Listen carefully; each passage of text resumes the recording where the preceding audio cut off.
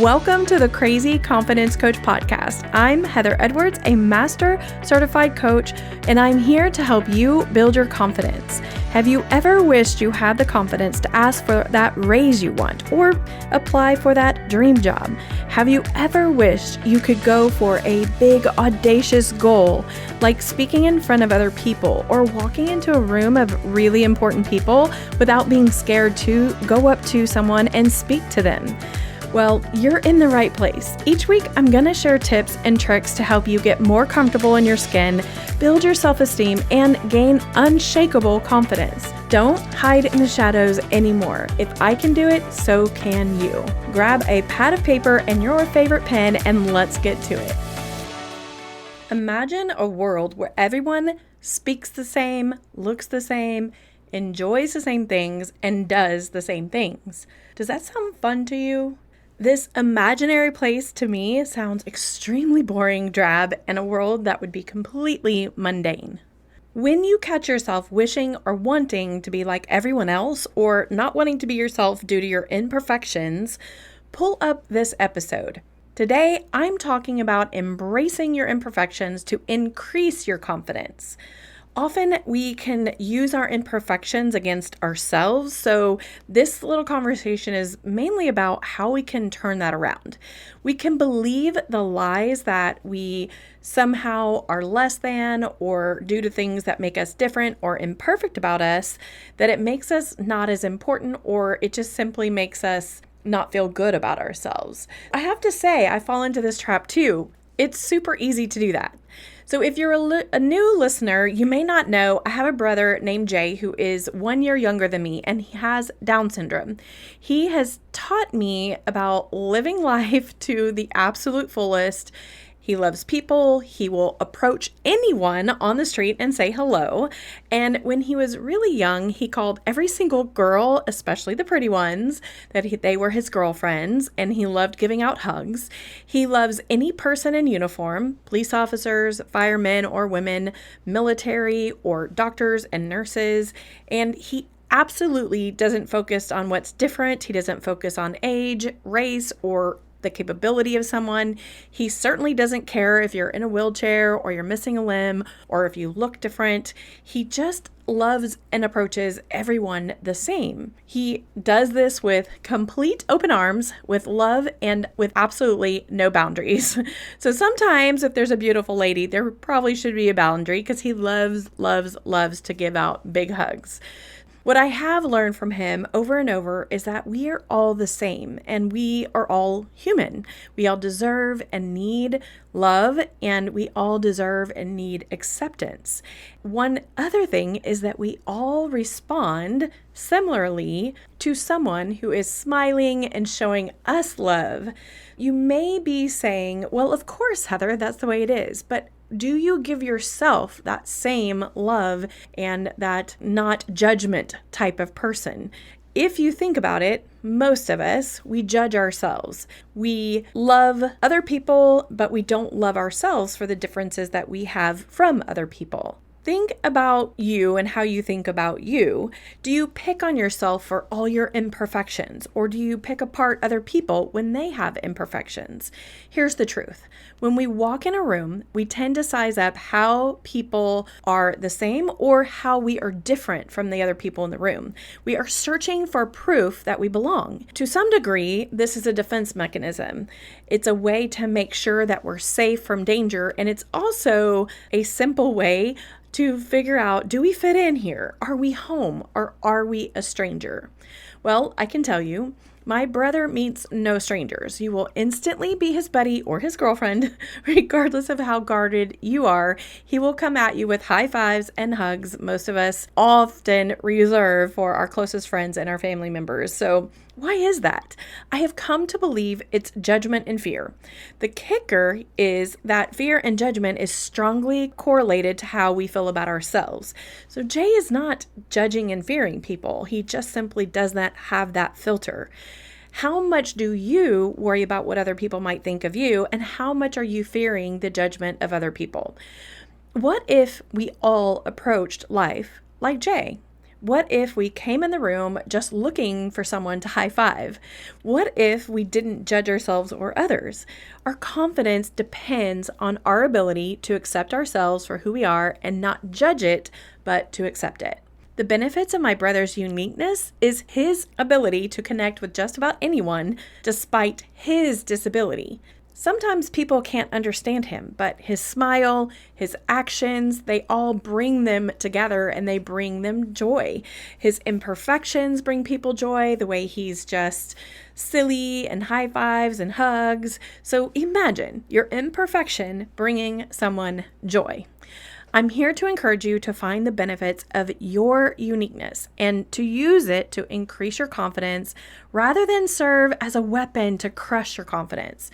Be you and be unapologetically you. Here are a few ways to think about your uniqueness to help you increase your confidence, not defeat your confidence or create more self-doubt. Number one, think about it as your flaws and imperfections make you unique and it can help you find your tribe. The parts of you that are quirky, weird, or unusual, they make you interesting and fun. Maybe not to everyone, but to the people who are your people, it makes you interesting. The people you enjoy being around and the people who you will flourish with, they can't find you if you're ashamed and you hide yourself and you hide your true self. So imagine finding people that enjoy the things that you enjoy, that share your imperfections, or at the very least, love you in spite of them. There are all kinds of people out there, and if you go to Facebook and you look at all the different kinds of groups, there are crazy groups out there, groups that you can be a part of. Your imperfections to one person could be what attracts you to another. By embracing the differences you have, you're going to find that those connections with other people are genuine and they will really appreciate you if you're genuinely yourself. Number two, when you accept yourself as who you are with all your imperfections, you will lead your life with a little bit more curiosity and you become less critical of yourself. Equally important is you become less critical of other people too. The very act of accepting yourself for who you are will pave a path for you to find more compassion and understanding for other people who are different. So take the time to explore how you are different and accept your imperfections. Increase your confidence by being okay with the things that are imperfect and just understand that those are the things that are unique and good about you. They do not have to be something negative. Once you know all about yourself and you accept yourself, the good, the bad, the ugly, you also have to learn the good, the wonderful, the great, and all of that stuff will balance out. Knowing all the parts of you and accepting all the parts of yourself is empowering, and it keeps you from having a deflated self-esteem and worrying about what other people are thinking. Fun fact, if you get to this place in life where you are able to objectively see your imperfections and not judge them, you become less harmed when someone tries to use what makes you different against you.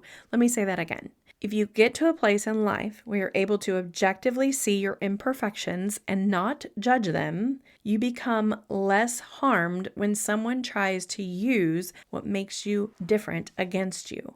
So in other words don't hurt you as much. If somebody points out what's so different or imperfect about you, you're okay with it because you're like, yeah, that's part of me. And I'm okay with it. You have more power and you're more empowered to change what you want to change. If it's imperfect and you want to change it, you do. But if you don't, you can just be more confident in the process. And you can still build confidence if you want to, if it is something you want to change. Either way, being aware of it, being more cognizant of it, and not being judgmental of it is the power play here. Number 3, your imperfections can actually help you find your vibe. So, I have much of my life just been a talker.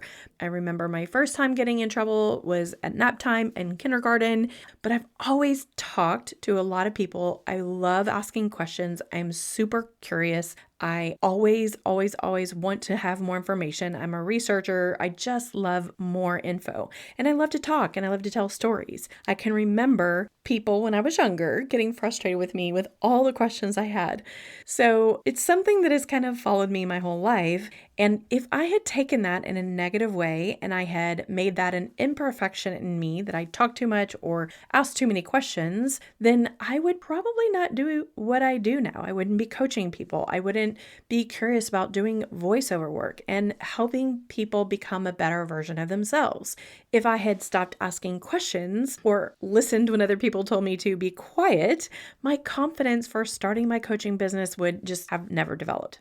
Ask yourself, are you hiding from a part of who you really are? Is there a part of you that you consider to be an imperfection that is truly a superpower? Only you get to decide this, and ultimately what happens with it is up to you. If it is something you're struggling with, that's okay too. Just keep being more curious about it. What makes it an imperfection in your eyes? Do other people potentially see it as something that is a superpower? And can you borrow that belief from them? Or are you simply borrowing a belief from other people that it's imperfection and it's a bad thing? I don't want you to stay with that. So what I do is I ask my clients to give me all their dirt. And what I mean by dirt is the doubts, their insecurities, their resistance, and their triggers.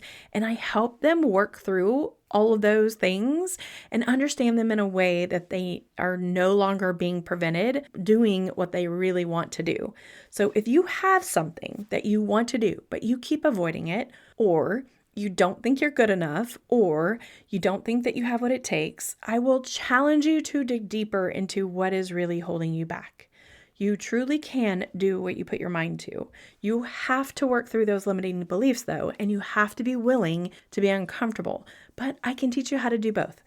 Being different and having imperfections is a beautiful, beautiful thing. It makes you you. You can find your tribe and your vibe, and you can be content and confident with who you are. It is exactly what makes you you. It's your signature. You can embrace it like my brother Jay and be your best and embrace other people around you, or you can resist it and allow your imperfections to prevent you from doing what you want to do or what you're meant to do. It's completely up to you. If you're ready to embrace your imperfections and find your crazy confident self, I'm here and I'm cheering you on. If you want or need help on that journey, go to my website and sign up for a discovery call. Every day you wait is one more day you aren't being 100% what you are meant to be. Before you leave, don't forget to drop a rating or review for the show, or better yet, just share it with 3 of your friends that you think would benefit from gaining more confidence. Thank you so much for checking out the show. We come here every single Tuesday sharing tips and tricks for the best confidence that you can muster up. And I have freebies for you at thecrazyconfidencecoach.com.